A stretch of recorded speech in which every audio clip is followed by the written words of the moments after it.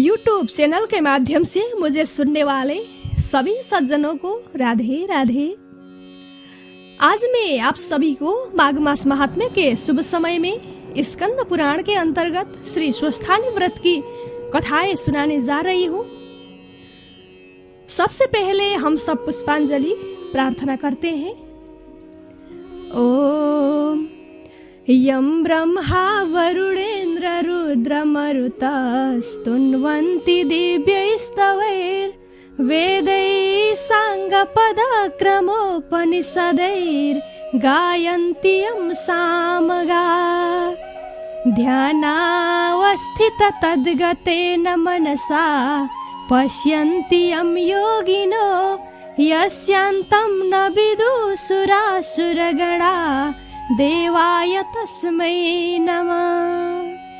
श्रीमच्चन्दनचर्चितोज्ज्वलवपु शुक्लाम्बरा मल्लिका मालालङ्कृतकुण्डला प्रविलसन् मुक्तावली शोभिता सर्वज्ञाननिदानपुस्तकधरा रुद्राक्षमालाकरा वाग्देवी वनदाम्बुजे वसतु मे त्रैलोक्यमाता चिरम् मुखं करोति वाचालं पङ्गुं लङ्घयते गिरिं यत्कृपातमहं वन्दे परमानन्दमाधवम्।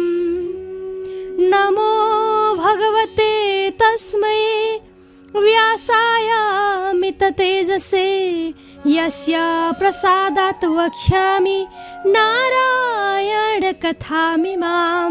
नारायणं नमस्कृत्य नरं चैव नरोत्तमं देवीं सरस्वतीं व्यासं ततो जयमुदीरयेत्।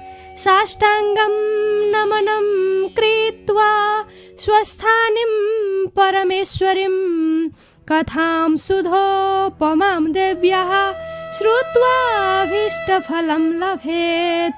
श्री स्वस्थानी परमेश्वर्यै नमो नमः।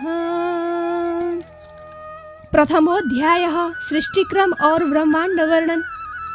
प्रथम अध्याय में सृष्टि एवं ब्रह्मांड का वर्णन है।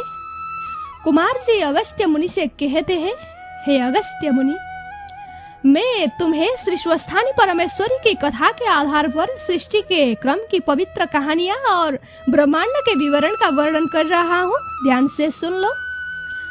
इस अनंत ब्रह्मांड के नायक निर्माता सर्वोच्च भगवान ने स्वयं 3 देवताओं के रूप में प्रकट किया। ब्रह्मा रचयिता, विष्णु पालनकर्ता और महेश्वर संहारक। यही देवताएं हैं। पहले ब्रह्मा, दूसरे विष्णु और तीसरे महेश्वर। अतः परब्रह्म की इच्छा के बिना कोई भी क्रिया अर्थात सृजन एवं विनाश नहीं हो सकता। सृष्टि के स्वामी की इच्छा के अनुसार इस विश्व ब्रह्मांड में प्राणियों का जन्म, पालन और विनाश का चक्र चल रहा है। ब्रह्मा, विष्णु और शिव का जीवन काल केवल ब्रह्मा का है, लेकिन विष्णु और शिव का जीवन काल का कोई प्रमाण नहीं है। इस 100 वर्ष को ब्रह्मा का अनंत जीवन या परमायु कहा जाता है और 100 वर्ष के आधे भाग को परार्ध कहा जाता है। 100 वर्ष की आयु पूरी करने के बाद ब्रह्मा का नाश हो जाता है। इसे प्रलय कहा जाता है। प्रलय के बाद पिछली सृष्टि का नाश हो जाता है। पिछली सृष्टि का कुछ भी नहीं बचता, केवल रूप या शून्य ही रह जाता है और नई रचना हो जाती है। नई सृष्टि पिछली सृष्टि के क्रम में ही होगी, लेकिन प्रलय कई प्रकार से होगी। जिस प्रकार विष्णु का निवास वैकुंठ में और शिव का निवास कैलाश में है, उसी प्रकार ब्रह्मा का निवास स्थान सत्यलोक है। उसके घर में सब कुछ है, दिन और रात भी होते हैं। इसलिए ब्रह्मा की आयु घटती है और 100 वर्ष पूरे होने पर प्रलय होगी। जब ब्रह्मा का सूर्योदय होता है तो वह सृजन करना शुरू कर देते हैं। सत्य, त्रेता, द्वापर और कलयुग एक ही दिन में यहाँ विचरण करते हैं और दिन बीत जाने और रात्रि होने पर प्रलय हो जाएगा। इसी प्रकार जब ब्रह्मा के 100 वर्ष पूरे होंगे तब महाप्रलय होगा। महाप्रलय के बाद केवल निराकार शून्य आसमान ही बचता है। तब ब्रह्मांड का स्वामी ईश्वर ने दूसरी सृष्टि रचने की इच्छा से ब्रह्मा की रचना की, जो पहले की तरह गुणों से संपन्न थे और पक्षी के फूल के आकार का एक अंडे पैदा हो गए, जिसमें अहंकार, पंच महान इंद्रिया, मन, बुद्धि, स्पर्श, रूप, रस, गंध आदि थी। वह अंडे ब्रह्म है, इसलिए इसे ब्रह्मांड कहा जाता है। अंडे के दो भागों में विभाजित होने के बाद एक भाग प्रकृति बन जाती है और दूसरा भाग पुरुष बन जाता है। वह प्रकृति पुरुष द्वारा चारों मुख वाले ब्रह्मा के रूप में बनाई गई है। अनंत ब्रह्मांड के भगवान विष्णु है और पंचमुख वाले रुद्र के रूप में वह विनाश के सभी कार्य करते हैं। हे अगस्त्य मुनि, जिनकी इच्छा से पहले वर्णित अंडे की उत्पत्ति होती है, उसी परब्रह्म परमात्मा के हजारों नामों में से त्रिगुण, त्रिगुणातीत, चतुर्भुज, प्रजापति, हिरण्यगर्भ, अनादि आदि है। सुमेरु पर्वत समुद्र के मध्य में है और सभी प्राणी गर्भ में पल रहे शिशुओं के समान है।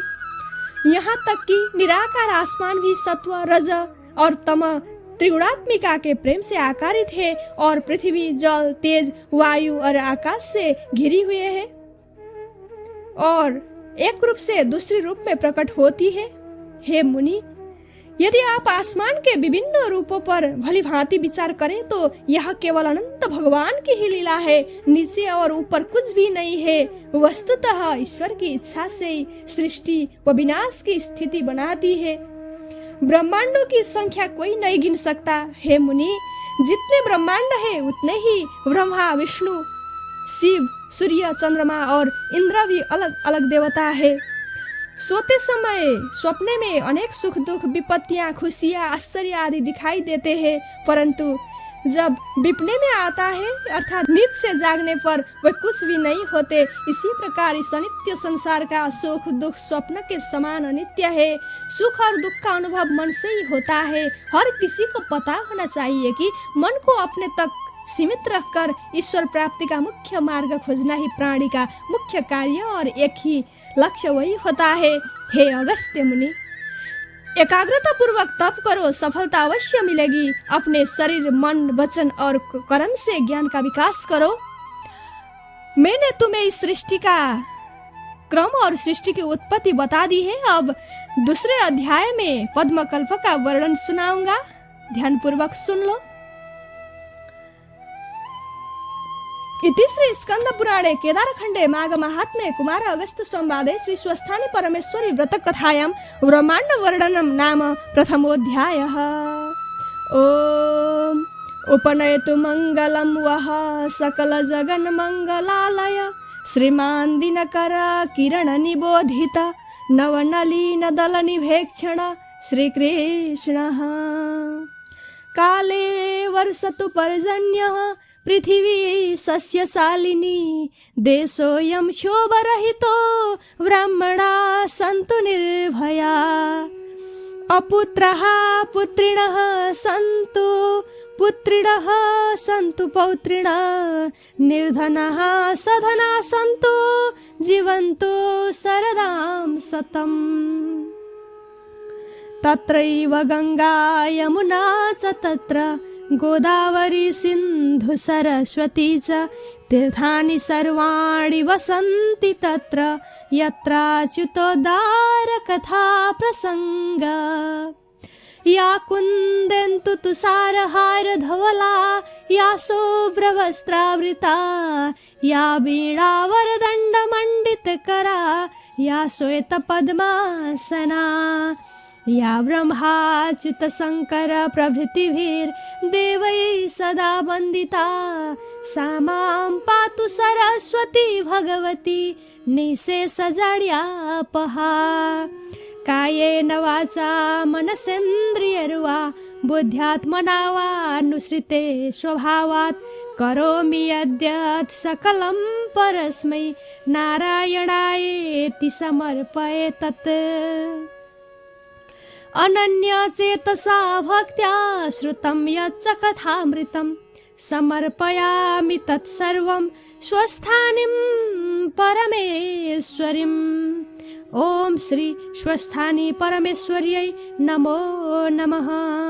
श्री स्वस्थानी देव्यार्पणमस्तु। श्री स्वस्थानी माता की जय। राधे राधे।